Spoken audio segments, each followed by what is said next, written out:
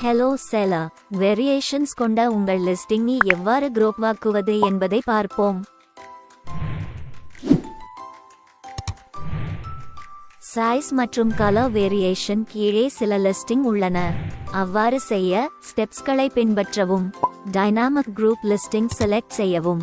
இங்கே புதிய delete select செய்யவும். உங்கள் லிஸ்டிங் இன் கேட்டகரி, சப் கேட்டகரி மற்றும் சப் கேட்டகரி செலக்ட் செய்யவும். உங்களிடம் இருந்தால் கீழ்தோன்றும் பிராண்ட் செலக்ட் செய்யவும்.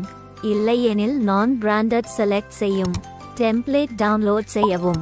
டவுன்லோட் செய்த டெம்ப்ளேட்டிலிருந்து உங்கள் லிஸ்டிங் படி ஃபீல்ட்ஸ் மாற்றலாம். இதோ சில உதாரணங்கள். உங்கள் ப்ராடக்ட் டைட்டில் டைப் செய்யவும்.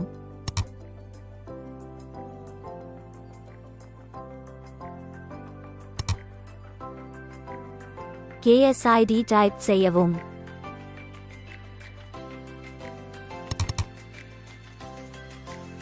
SKU டைப் செய்யவும்.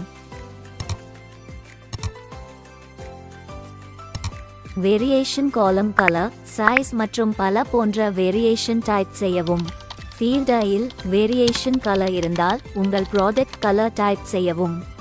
ஃபீல்ட் B இல் வேரியேஷன் சைஸ் இருந்தால் உங்கள் ப்ராடக்ட் சைஸ் டைப் செய்யவும். இப்படி நீங்கள் எதை குரூப் செய்ய விரும்புகிறீர்களோ அதேபோல் டைப் செய்யவும்.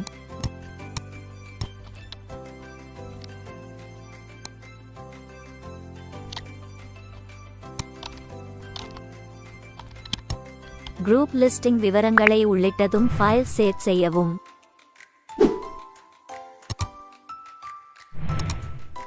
இப்போது செலர் டேஷ்போர்டுக்கு சென்று அதேபோல் செய்யுங்கள். டைனாமிக் குரூப் லிஸ்டிங் செலக்ட் செய்யவும். பின்னர் நியூ DGL செலக்ட் செய்யவும். டெம்ப்ளேட் பெறுவதற்கு முன்பு நீங்கள் வழங்கிய விவரங்களை செலக்ட் செய்யவும்.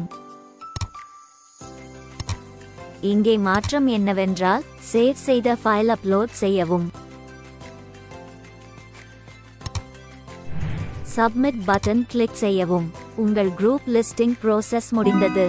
DGL இல் உள்ள ஐகான் செலக்ட் செய்து உங்கள் குரூப் லிஸ்டிங் ஸ்டேட்டஸ் பார்க்கலாம். QC கடந்துவிட்டால் அது கிரீன் கலர் ஆகிவிடும். மேலும் உங்கள் குரூப் லிஸ்டிங் எந்த பிழையும் இல்லாமல் வெற்றிகரமாக முடிக்கப்படும்.